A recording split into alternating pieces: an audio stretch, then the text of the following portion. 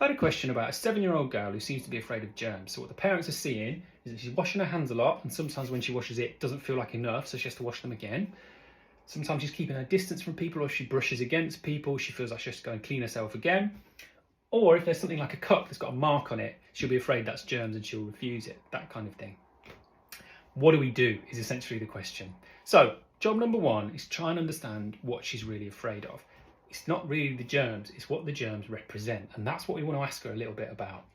It's likely to be one of these three things. So typically it'll be about illness or death, and we'll talk about the third one in a moment. So if I'm worried about getting ill or dying, that's a scary thing. But sometimes what we're actually worried about is I'll get ill or I'll get the germs on me and then I'll accidentally pass them to somebody else. They will get ill or die, and then I will feel responsible for that. That will be my fault. That's really scary. So why wouldn't you be taking every precaution you could? Plus, this is a child who has grown up during COVID. She went to school, started school during the height of COVID. So she will have been given the message that this is the right thing to do and that you have to do that to keep yourself and everybody else safe. So it's possible that some of those messages have sunk in. It's possible that it's something else, that maybe she's come across death or illness in the family and she's kind of picked up the idea that that might happen. It can be all sorts of different things, but a little bit of the context can help you really normalise that for her. So to be able to say, that makes complete sense. Of course you're worried about that. What a terrifying idea. So it kind of understand if I've got it right. So from where you're sitting, if you get germs on you, you're afraid you might give it to me or your dad and that you'll be responsible for us getting ill.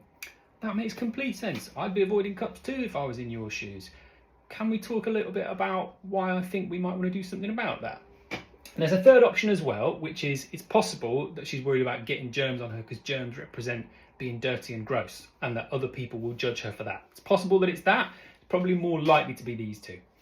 What do you actually do after that? So we've got normalising, understanding, just heavy on the normalising. Even if you don't get the washing hands stuff, you would if you were in a hospital visiting somebody really vulnerable. It's just that this person has it in their head that anything could contaminate me or someone else. It's just that, it's just dialed up, that's all. If we then want to gradually help her understand that germs don't necessarily always cause illness and dying, how can we gently introduce that and start getting her to try some things out in a way that doesn't feel overwhelmingly scary? The kind of things I would start with is things that are kind of funny and gross. So telling her stories about how maybe you've eaten a slug when you were a kid and you didn't die.